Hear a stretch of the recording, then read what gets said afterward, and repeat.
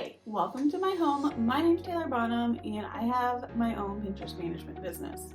Today we're going to be talking about Pinterest best practices for 2021 and how to get your business growing on Pinterest this year and start growing right now. Pinterest is an amazing platform for organic traffic and just bringing new audiences to your content, to your website, to your videos, YouTube videos, any type of content. It is great for that. So in order to get your time and money's worth of Pinterest greatness, you need to follow these best practices because obviously every algorithm is changing all the time.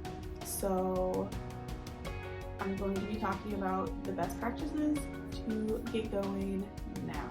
Pinterest is an amazing platform and one of my favorites for gaining that organic traffic.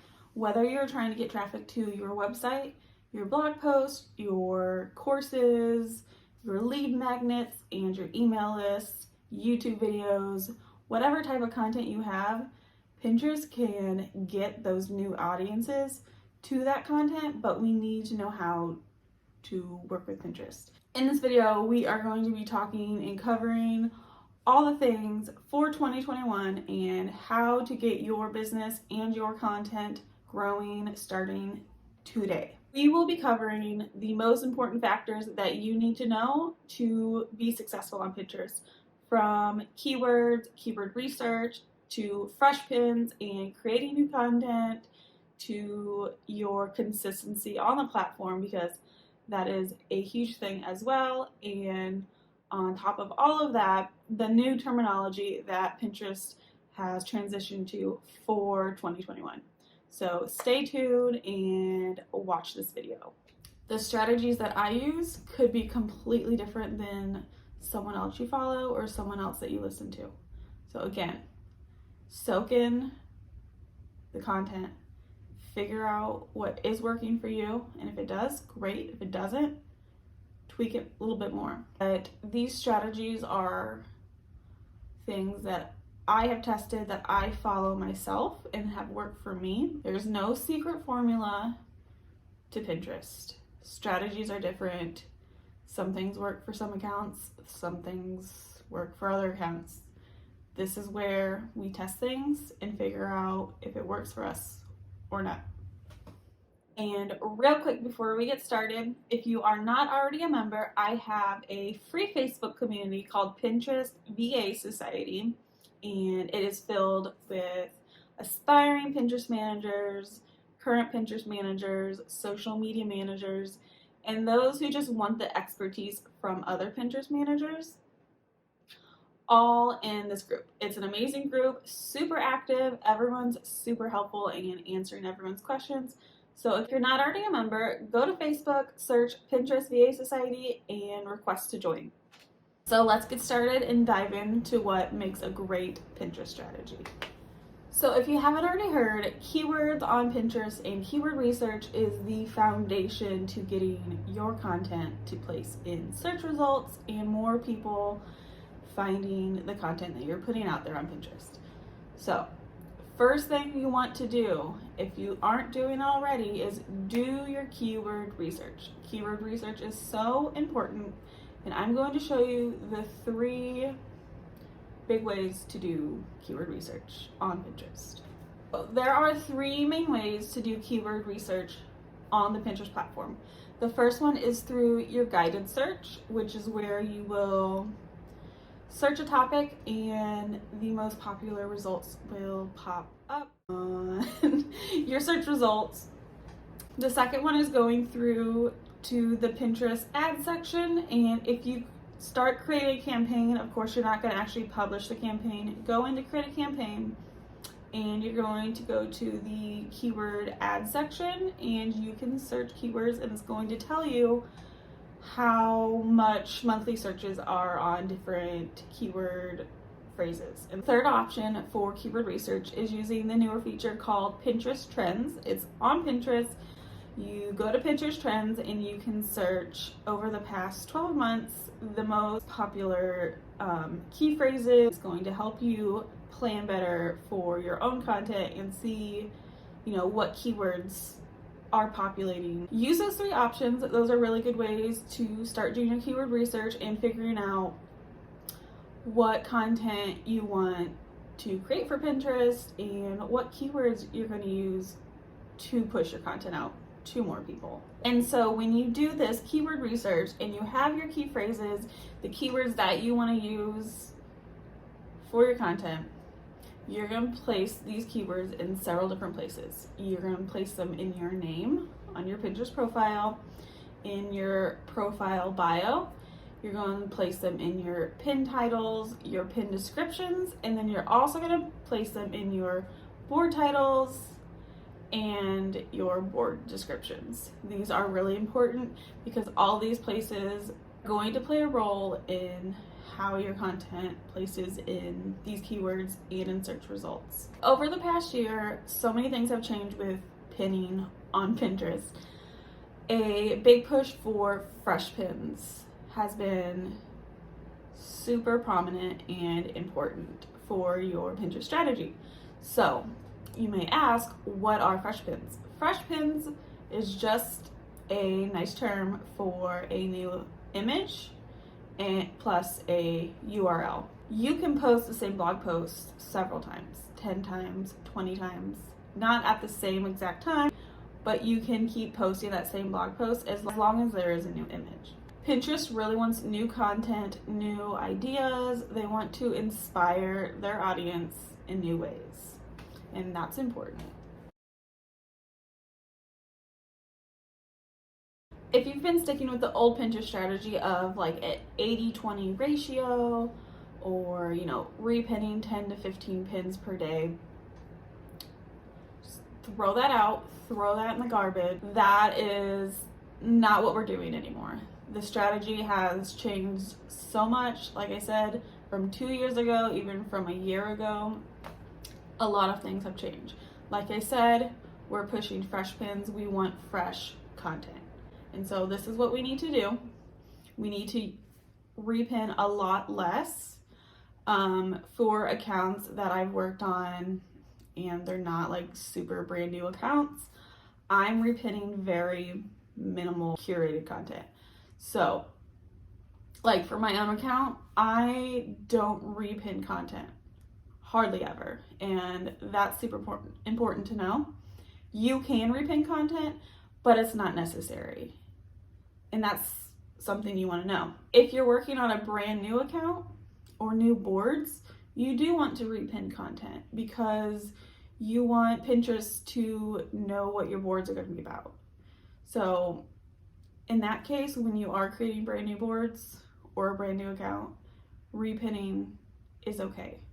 And it's actually recommended, at least from my point of view. As for the type of pins that you want to use when you are pinning content, there are several different pin formats now. We now have static pins. We have carousel pins, which are like just pins that you can swipe several different images. We have story pins, which are still in beta mode, so story pins are not available on every single account or in every single region.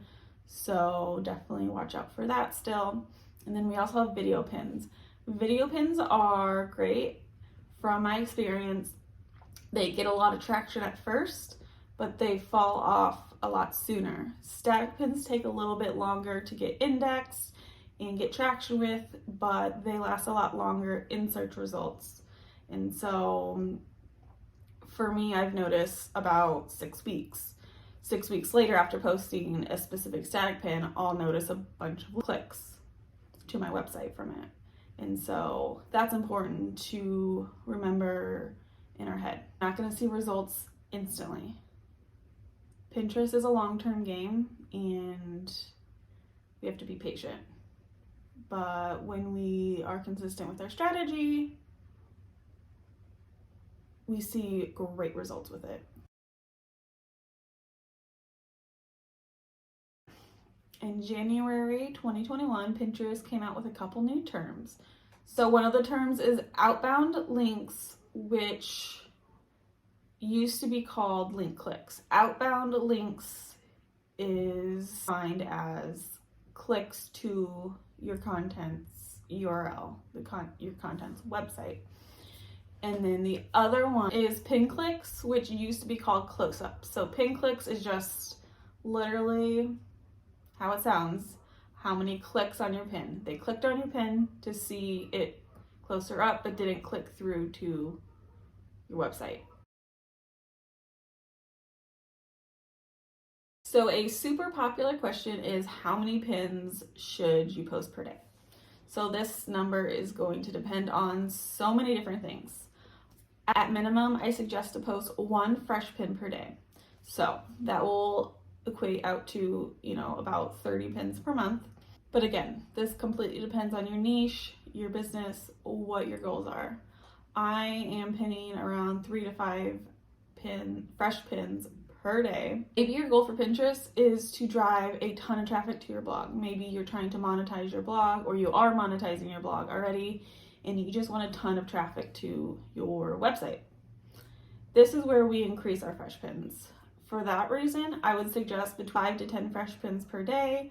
You're trying to grow traffic.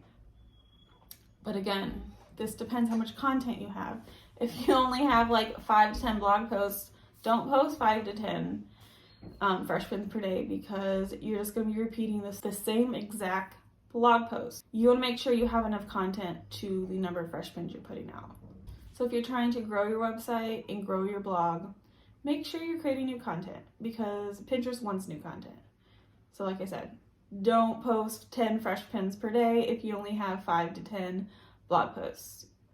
You want to make sure you're creating new content on a regular basis. I would suggest for those who are bloggers and are trying to increase their traffic, try to push out 1 new blog post a week. That's going to help you build up the content and be able to slowly build up the amount of fresh pins that you can post per day.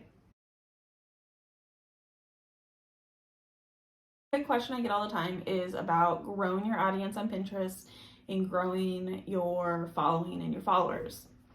Yes, I personally think your followers matter now on Pinterest.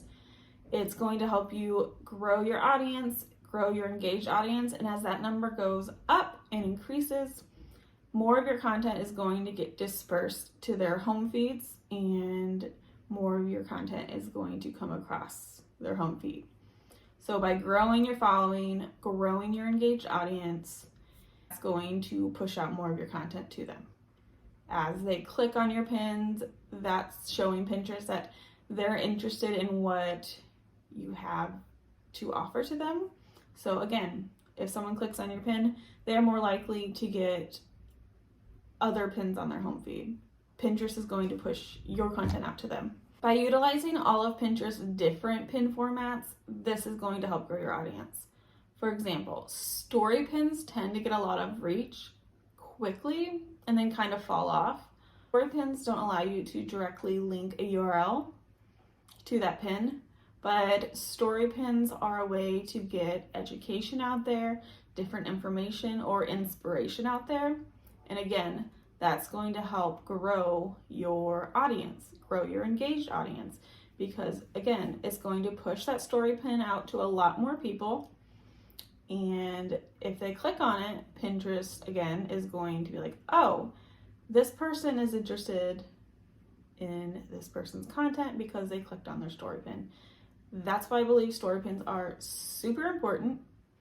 And if you have that feature, you should be utilizing them, because it's not a direct click to your website, but it's going to help grow that audience, which will then push out your other pins, your static pins, your video pins, your carousel pins. It's going to push all of your other content out, or more likely to push your other content out to those people. In the end, it's totally worth it, and as much as you might not like the indirect success of story pins, it's going to help you grow your audience and disperse all of your other content out to them later on. So that's why story pins are important, and that's why growing your audience on Pinterest is important. Consistency. This is another key factor of Pinterest. Pinterest likes consistency. So if you're not consistent, your account isn't going to grow as much as it could if you were consistent. So I come across a lot of people that say Pinterest didn't work for me, but it turns out they only utilize it for maybe like 3 months. 3 months is the minimum where you're going to start seeing good results, but it could take up to 6 months or more. It just depends. It depends on your business, your niche. Are you growing your following? Are you attracting the right people? Be consistent, whether you're pinning 1 pin per day or 5 pins per day. Try to pin the same amount of pins per day. Be consistent is going to help grow your audience and your following, and send more content to those people's feeds, and just have a domino effect. It's just keep building up and up and up. Pinterest is not the problem. It's not, because every platform changes algorithms. So you can't get mad at Pinterest. It's normal. It's there to help you. We have to work with the algorithm to get our following to grow, to get our audience to grow, and to get our traffic to grow. So if you're stuck on Pinterest in general and you need a little bit extra training and education, I have a course on Skillshare called Pinterest Marketing for Beginners. It's basic education for 2021 to help you kind of get started and get you start growing your account on Pinterest. The link is in the description where you can check it out. It is an affiliate link, by the way. It doesn't cost you anything, but it'll help you be able to sign up for a free trial to where you can take the course.